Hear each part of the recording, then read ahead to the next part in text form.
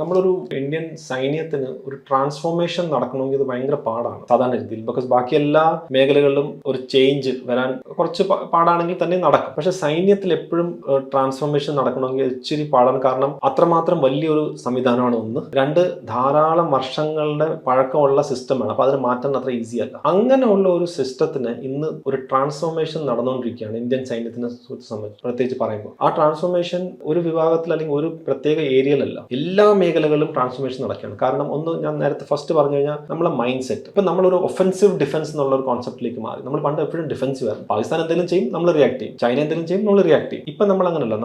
നമുക്കൊരു offensive spirit ഉണ്ട്. അതായത് ബാലക്കോട്ട് എയർ സ്ട്രൈക്ക് കഴിഞ്ഞാൽ നമ്മൾ പാകിസ്ഥാന്റെ ഉള്ളിൽ പോയിട്ടാണ് സ്ട്രൈക്ക് ചെയ്തത്. It not UK against strike ചെയ്തത്. ഇന്ന് നമുക്കറിയാം, നമുക്ക് വേണമെങ്കിൽ നമ്മളെ അസറ്റ്സ് പാകിസ്ഥാന്റെ ഉള്ളിൽ നമുക്കുണ്ട് എന്നുള്ള ഒരു തോന്നൽ നമുക്കുണ്ട്. അപ്പൊ നമുക്ക് എവിടെ വേണമെങ്കിലും അറ്റാക്ക് ചെയ്യാൻ പറ്റും, സ്ട്രൈക്ക് ചെയ്യാൻ പറ്റും എന്നുള്ള ഒരു ഒഫൻസീവ് സ്പിരിറ്റ് ഉണ്ട്. അപ്പൊ ഫസ്റ്റ് ആൻഡ് ഫോർമോസ്റ്റ് നമ്മളെ പോളിസിയിൽ അല്ലെങ്കിൽ ചിന്താഗതിയിൽ തന്നെ മാറി. രണ്ടാമത് നമ്മളെ എക്യുപ്മെന്റ് പ്രൊഫൈൽ നോക്കുക. റഫാൽ യുദ്ധവിമാനം പോലുള്ള യുദ്ധവിമാനം ശരി, എയർക്രാഫ്റ്റ് കാരിയർ ആയാലും ശരി, മറ്റ് പല ലേറ്റസ്റ്റ് വെപ്പൻസ് ആയാലും ശരി, ബ്രഹ്മോസ് ആയാലും ശരി, അങ്ങനത്തെ വെപ്പൺ എക്യുപ്മെന്റ് പ്രൊഫൈലിൽ കംപ്ലീറ്റ് മാറി. ഇന്ന് നമുക്ക് കാത്തിരിക്കേണ്ട കാര്യമില്ല. അതായത് ആരെങ്കിലും ഡിസിഷൻ എടുക്കുകയോ ഇല്ലയോ എന്ന്. പണ്ടത്തെ കാലത്ത് ഇതിനകത്ത് കറപ്ഷൻ വരും എന്ന് വിചാരിച്ച് ആളുകൾ ഡിസിഷൻ എടുക്കാത്ത ഒരു കാലം ഉണ്ടായിരുന്നു. ഇപ്പം തൽക്കാലം വേണ്ടാന്ന്. പക്ഷെ ആ തൽക്കാലം വേണ്ടാത്ത കാരണം കൊണ്ട് നമ്മൾ 10-20 വർഷമാണ് നമ്മൾ ബാക്കിലോട്ട് പോയത്. പക്ഷെ ഇന്ന് നമുക്കൊരു ആവശ്യം ഉണ്ടെങ്കിൽ നമ്മൾ ഇന്ന് റഫാൽ വിമാനം നേരിട്ട് ഗവൺമെന്റ് അഗ്രിമെന്റ് നടത്തി ഇന്ന് കംപ്ലീറ്റ് ആയിട്ട് 2 സ്ക്വാഡ്രൺ കംപ്ലീറ്റ് ഫുൾ ആയിട്ട് വന്നു കഴിഞ്ഞു. അപ്പൊ ഇതുപോലത്തെ ചേഞ്ചസ് നടക്കുന്നുണ്ട്. മൂന്നാമത് നമ്മളെ ഹ്യൂമൻ റിസോഴ്സ് ചേഞ്ചസ്. ബ്രിട്ടീഷേഴ്സിന്റെ സമയത്ത് തൊട്ട് നമ്മൾ കുറെ കാര്യങ്ങൾ നമ്മൾ ചെയ്ത് വന്നിരുന്നു. അതിനൊക്കെ മാറ്റിയിട്ടാണ് ഈ അഗ്നിപത് സ്കീം പോലുള്ള പുതിയ സ്കീമുകൾ